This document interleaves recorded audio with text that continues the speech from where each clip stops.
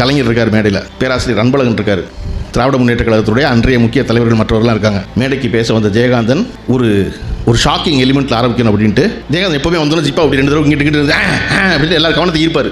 எல்லாரும் கவனத்தை ஈர்த்துட்டு வணக்கம் சொல்லி பேச்சை தொடங்குவது தமிழர் மரபு, ஆனால் இந்த மேடையில் நான் வணங்கத்தக்கவர்களே இல்லை அப்படிதான். ஒருத்தர் எப்படி இருந்திருக்கு கூட்டத்தில் உட்காந்துருக்க மொத்த பேரும் கலைஞருடைய தொண்டர்கள். கலைஞரே சும்மா இருக்காரு. இப்போ என்ன செய்யறது? இவன் 6 அடிச்சிட்டான்.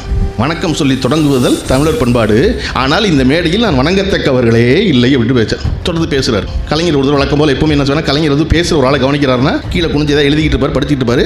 ஒரு தடவை நிமிர்ந்து அந்த கண்ணாடி வழியாக அவனை பார்ப்பாரு. பார்த்தாருன்னா அவனுக்கு பதில் சொல்ல போறாரு அர்த்தம் அந்த மேடையில். அப்படி ஒரு பாதிரி குனிஞ்சுக்கிட்டாரா, குனிஞ்சிட்டு பேசி முடிச்சோன்னே கலைஞர் வழக்கம் போல மேடைக்கு வந்து அவர் தான் எல்லாரையும் விட் நோட்டீஸில் அவ்வளோ பேருக்கு அவர்களே சொல்லுவார்ல, அந்த நடத்தின கூட்டத்துக்கு வந்து அத்தனை பேருக்கு அவர்களே சொல்லி எல்லாம் முடிச்சு திராவிட முன்னேற்ற கழகத்துடைய தொண்டர்கள் காத்து கொண்டிருக்கிறார்கள். என் உயிரினும் மேலான உடன்பிறப்பை எப்போ சொல்ல போறாருன்னு கவனமாக ஜெயகாந்தன் பேரை சொல்லலை. எல்லாருக்கும் வணக்கம் சொல்றார் கலைஞர். அவ்வளோ பேருக்கும் அந்த நோட்டீஸில் கடைசியில் பொடியெழுத்து இருக்கால் வரைக்கும் வணக்கம் சொல்லி என் உயிரினும் மேலான உடன்பிறப்பேனோன்னு ஆரவாரம் கிளம்பிருச்சு மேடபுரம். எல்லாம் முடிச்சுட்டு முக்கியமான ஒருவருக்கு வணக்கம் சொல்ல மறந்து விட்டேன், வணக்கம் ஜெயகாந்தன் அப்படின்னு இருக்காரு. இப்போ எல்லாம் ஷாக்கு. கலைஞர் சொல்றாரு, தமிழ்நாட்டில் இருக்கும் 3 கோடி வாக்காளர்களை வணங்கி வாக்கு கேட்பவன் நான், அவர்களில் ஒருவர் ஜெயகாந்தன், அதனால் ஜெயகாந்தனுக்கும் நான் வணக்கம் சொல்வேன், வணக்கம் ஜெயகாந்தன்.